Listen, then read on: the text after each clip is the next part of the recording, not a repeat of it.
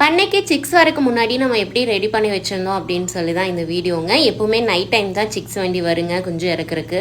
Six இந்த அன்னைக்கு தான் வருது அப்படின்னு ஷெட்யூல் போட்டால் அதுக்கு 1 வீக் முன்னாடியே தீன் மூட்டையும் கொண்டு வந்து இறக்கி விட்டுருவாங்க.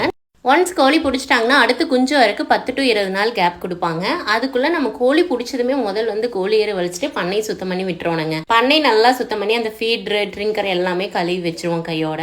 மஞ்சி கொண்டு வந்து கொட்டிட்டா அதுக்கப்புறம் எப்ப குஞ்சு வரதுனாலும் நம்ம டக்குன்னு பண்ணை ரெடி பண்ணிடலாம். இன்னைக்கு சிக்ஸ் வருதுன்னா அதுக்கு முந்தின நாள் பைப் லைன்ல கிளீன் பண்ணிட்டு சீலிங் கட்டி விட்டுருவாங்க. குஞ்சு வர அன்னைக்கு காலையில இருந்து பேப்பர் போடுறது, இந்த சிட் ஃபீட்ரெல்லாம் தீன் போட்டு வைக்கிறது, அதுல தீன் அரைச்சு விடுறது, பல்ப் மாட்டுறது, இதெல்லாம் சிக்ஸ் வர அன்னைக்கு காலையில இருந்து பண்ணாவே போதுங்க.